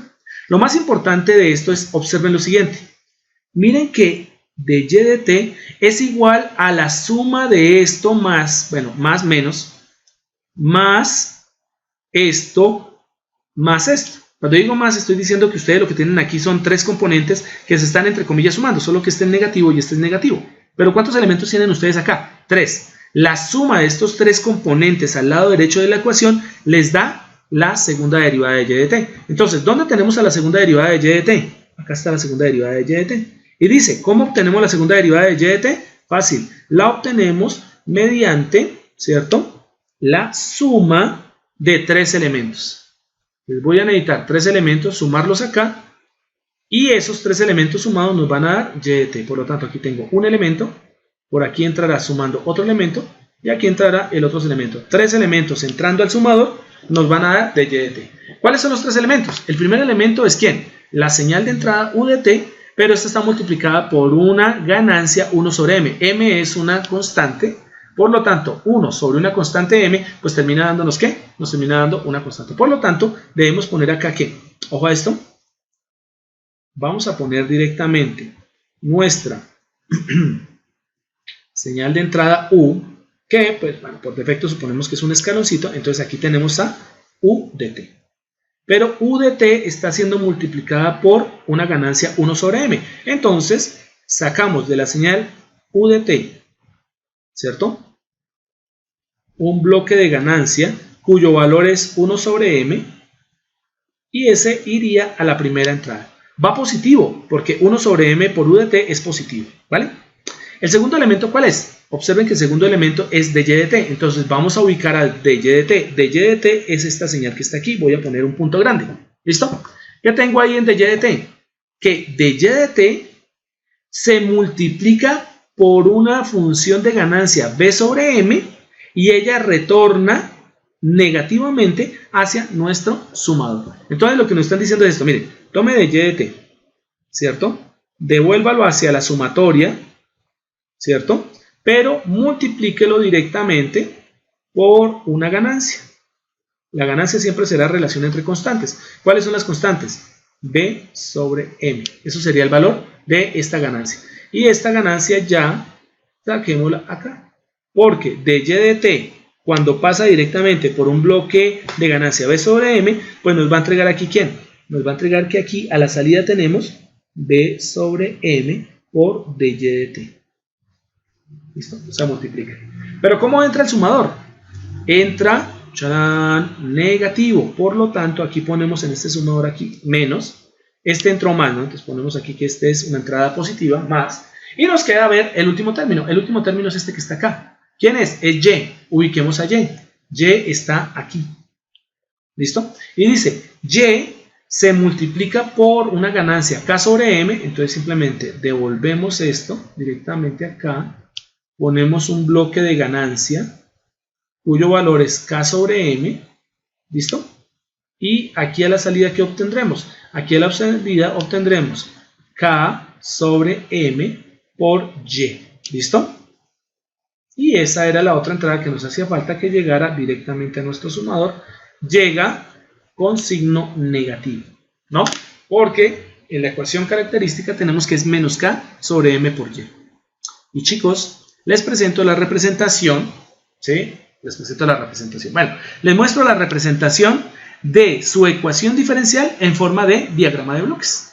Y ya lo que tenemos que hacer es que, bueno, en un sistema, en una herramienta o en un toolbox como tal de Scilab o de MATLAB, normalmente este sistema no mostraría absolutamente nada. ¿Por qué? Porque existen unas ganancias y esas ganancias como tal tienen valores constantes. Por lo tanto, para poder graficar esto, deberíamos darle valores a M, a M, a B y a K. Entonces aquí faltaría simplemente ¿qué? Pues aquí tendríamos segundo. A ver, ¿qué pasó acá? Segunda medida se grafica. ¿Listo? Y como tercera medida, para simular,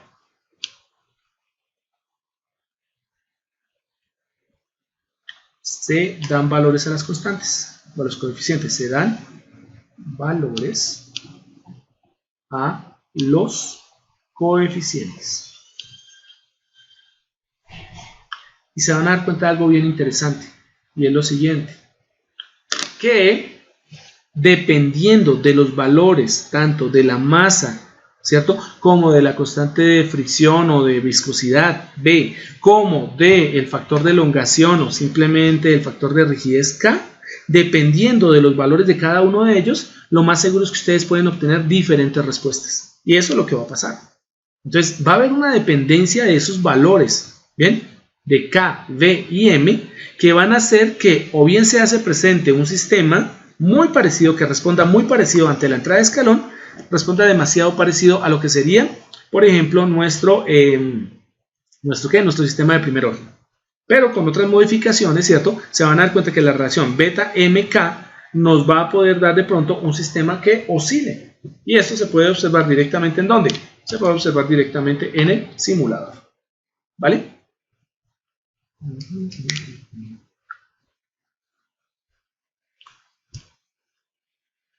A ver, debería haberlo dejado abierto antes.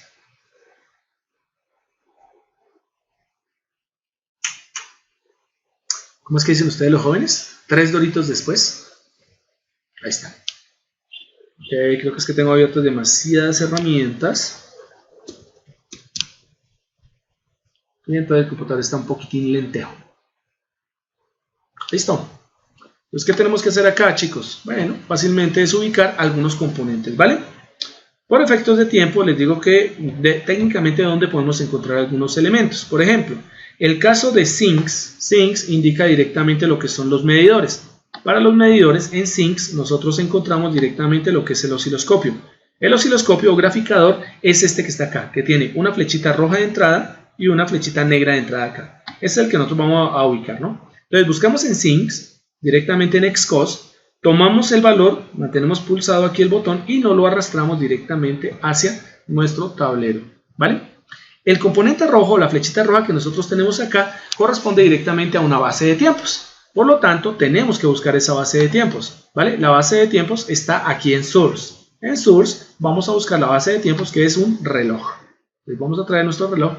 El único que lo diferencia a MATLAB es el hecho de que nuestro reloj sí es independiente en Scilab. ¿Listo? Ponemos el reloj, damos clic acá, mantenemos presionado el botón izquierdo del mouse, arrastramos hasta que se una directamente acá. Bien, soltamos y ahí aparece continua la línea, lo cual indica que tenemos una conexión entre el reloj y el graficador, ¿vale? Necesitábamos dos elementos integradores, entonces los elementos integradores los encontramos acá directamente en lo que se llama en el toolbox de Continuous Time Systems, ¿listo? Y están en este punto. Está expresado de dos formas, está expresado directamente en función del tiempo o está expresado el integrador como función de la frecuencia. La transformada de Laplace del integrador es 1 sobre s, por lo tanto podemos utilizar cualquiera de los dos. Como estamos trabajando todavía en el tiempo, pues simplemente vamos a poner dos integradores acá, ¿vale? Puedo arrastrar los dos o simplemente puedo tomar y por ejemplo hacer esto, hacer un arrastre, ¿no? Dale clic, aquí ¿qué pasó? Copiar y pegar, por ejemplo. Bueno, ahí eso es igual con todas las interfaces gráficas, ¿no? Copiar, pegar o simplemente arrastrar dos veces la integral. Vale, ya tenemos las dos integrales. Según el diagrama que habíamos hecho, de la primera integral uníamos hacia la segunda integral, ¿no? De la segunda integral, o bueno, del segundo integrador uníamos directamente hacia la salida, donde teníamos la señal de y de t. ¿Bien? ¿Qué más necesitábamos? Necesitábamos también una fuente, un generador, y en este caso el generador tiene que ser un elemento que me dé la función escalón unitario. Entonces la busco en Source. ¿Listo? Y ahí la coloco, ¿vale? Y necesito también unos elementos de amplificación, ¿no? Unos elementos de ganancia, ¿no? Entonces, esos se ubican normalmente, a ver, busquemos aquí, Mathematical, aquí donde dice Mathematical Operations, ¿listo? Y aquí encuentran los bloques de ganancia, ¿vale? Normalmente los bloques de ganancia no son funciones, como este que dice Game Block F, sino que son bloques que tienen valores numéricos definidos. Por lo tanto, simplemente voy a arrastrar este que dice Game Block, sin F, sin H, sin nada, simplemente dice Game Block acá, ¿listo? Lo arrastro acá y este será mi primer bloque de ganancia. E igualmente necesito otros 2 bloques de ganancia acá. Recordemos que necesito 2 bloques de ganancia que se retroalimentan, ¿no? ¿Cómo los roto? Los selecciono, le doy control R hasta que roten. Y aquí control R hasta que roten, ¿vale? Ahora, uno este elemento acá, lo coloco acá. Uno este elemento acá, lo coloco acá. Con eso ya tendremos la primera parte, ¿no? Bueno, ahí estaríamos fallando, ¿no? Realmente, porque nos hace falta el sumador. Vamos a ver, control Z. Vamos a abrir un poquito más porque no puse el sumador y el sumador lo necesitamos, como su nombre lo indica, para sumar las señales. Entonces nos haría falta poner el bloque sumador, ¿ok? Y el bloque sumador debería estar en... El bloque sumador tendría que estar en... ¿Dónde está? Routing. Se me perdió. A ver, no, aquí están solo los multiplexores, ¿no? Tendría que estar en continuous.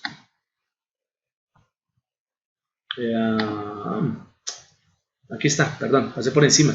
El bloque sumador hace una suma, por lo tanto es un bloque de operaciones, ¿no? Entonces vamos a buscarlo por aquí, en la parte de abajo. Arriba vimos un bloque sumador, miren lo que está aquí arriba, pero observen que tiene directamente una F, ¿cierto? Y es un bloque sumador de promedios, ese no nos sirve, tenemos que buscar uno que diga bloque sumador simple, sumador. Lo traemos hasta acá, lo arrastramos y aquí tendríamos el bloque sumador que nos hacía falta, ¿no?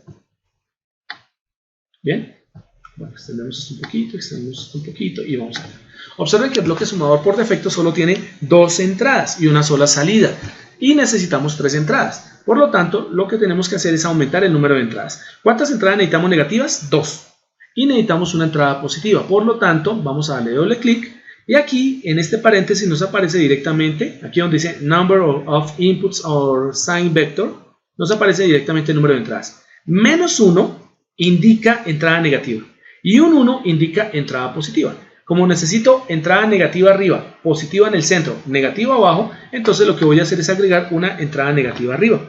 Entonces pongo menos 1 y pongo un punto y coma. Entonces, ¿qué tengo? Negativo, positivo, negativo. ¿Listo? Y con eso le doy clic y ahí aparecen los 3 términos. Negativo, positivo, negativo. Recordemos que el de este primero, que es el que tiene que ver con el bloque sumador, ¿listo? El término positivo va conectado directamente aquí a la entrada de escalón, ¿vale? Uno de los elementos que va a salir directamente es este, ¿no? Aquí vamos a tener este bloquecito, seleccionamos acá y lo conectamos.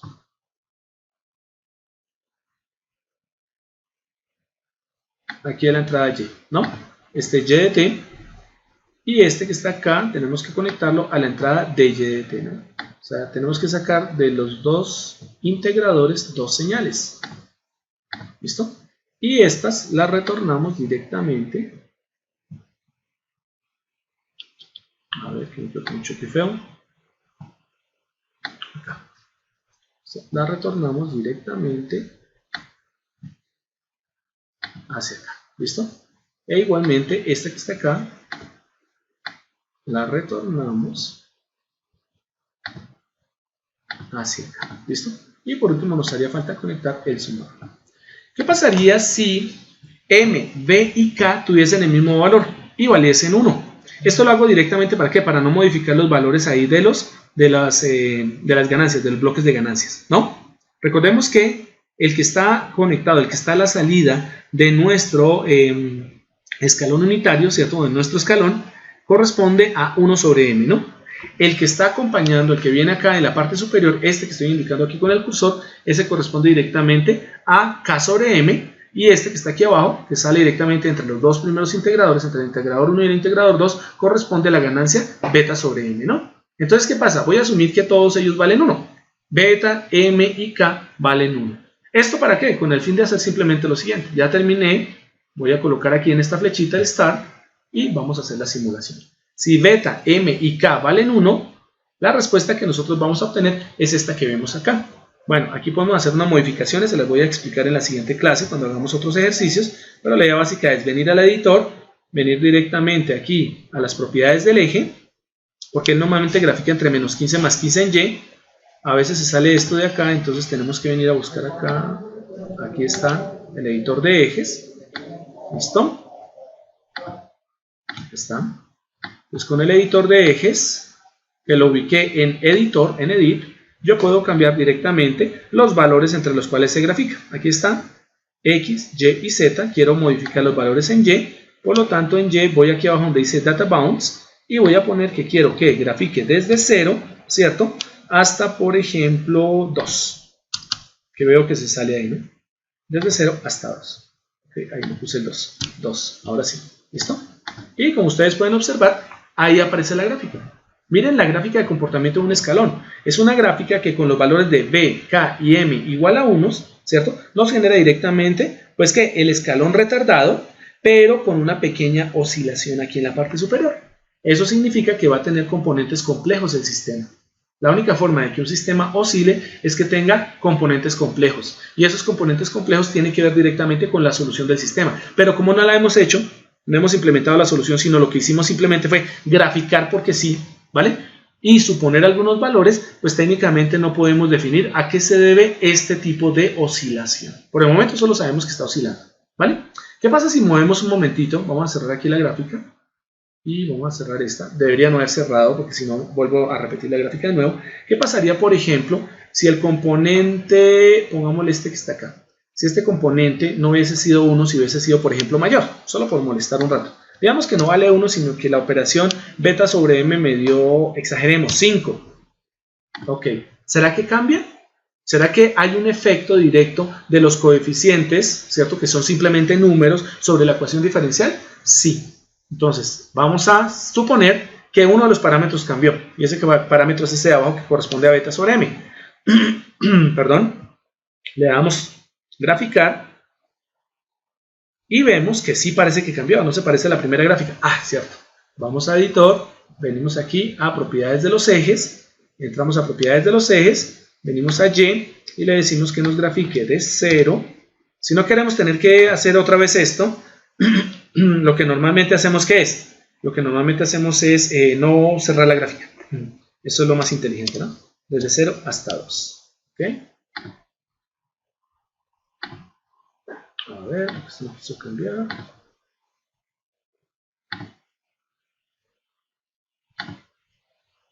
Me quiso cambiar esta cosa. Hay algo raro aquí en el editor de ejes. Vamos a cerrar un minutito porque es posible que no hayamos cerrado. A ver, algo está fallando. Creo que el computador empezó como a bloquearse. Ya, no había cerrado el antiguo editor de ejes. Aquí está la paleta, aquí está la gráfica. Cerramos otra vez esta gráfica. Cerramos otra vez, sí. Es un error del computador. Vamos a darle otra vez aquí a simular. Bien, vamos acá, venimos al editor, decimos cambiar las propiedades de los ejes, venimos hasta aquí, cambiamos las propiedades de Y, decimos que va desde 0, ahora se está cambiando directamente hasta 2, ¿no? Es donde se nota más. Y ustedes observen que la respuesta ahora se convierte en una respuesta sobreamortiguada. ¿Sí ven que desapareció la oscilación? Y simplemente con el hecho de cambiar un parámetro, ¿vale? Miren el efecto que tiene.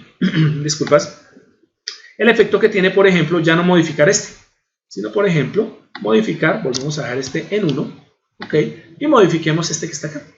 Solo estamos jugando a modificar, no sabemos qué está haciendo porque no hemos solucionado el sistema de ecuaciones, solo estamos modificando por modificar. Más adelante, cuando solucionemos el sistema de ecuaciones por otros métodos, ya sí vamos a ver la relación de por qué esas ganancias al cambiarlas nos generan ciertos efectos. Ahora vamos a exagerar y vamos a poner en este bloque de retroalimentación, en esta ganancia, vamos a poner el famoso 5. Y volvemos a simular. Miren que esta vez no cerré la gráfica. Esta vez la dejé abierta. Listo. Y ahí aparece la simulación. Ahora es una simulación bien interesante porque se achicó. La anterior llegaba casi hasta 1. Esta ya no. Entonces volvemos a edición. Volvemos a propiedades de los ejes. ¿Listo? Venimos acá. Buscamos el eje Y. Y le decimos que me grafique hasta 0.5. Porque la gráfica se achicó. Bueno, eso tiene una razón de ser, pero la veremos más adelante. Miren lo que pasó. Aunque la gráfica cambió de amplitud, observen que el simple hecho de haber modificado la parte de la salida nos dio una oscilación. Miren que el sistema empezó a oscilar y el comportamiento es muy distinto, ¿cierto?, al que nosotros tuvimos cuando todas las constantes valían 1 o cuando modificamos la constante beta sobre m igual a 5. ¿Ven? ¿Sí ven el efecto que tienen los coeficientes? Los coeficientes pueden obligar a que el sistema cambie en su forma de respuesta. ¿Vale? Bueno, una anotación para finalizar.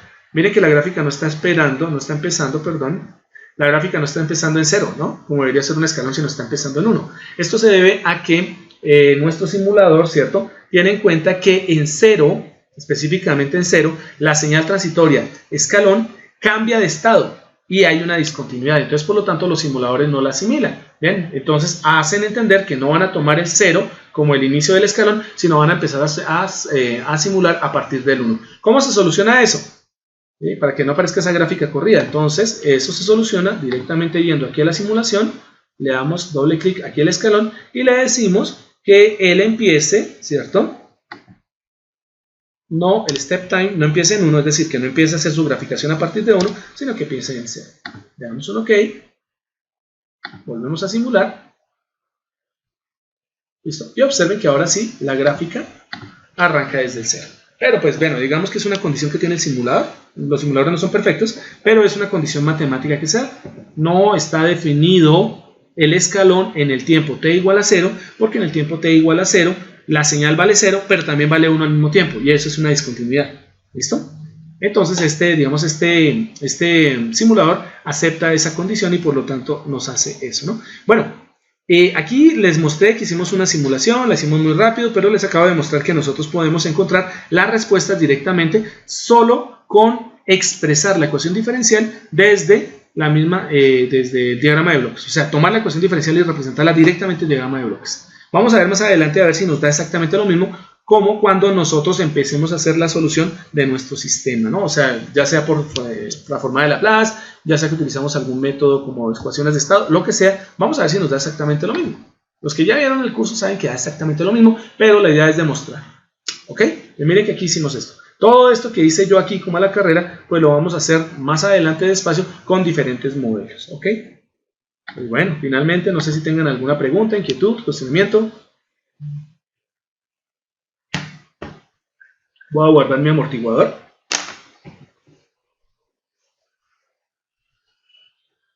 Hola, hola.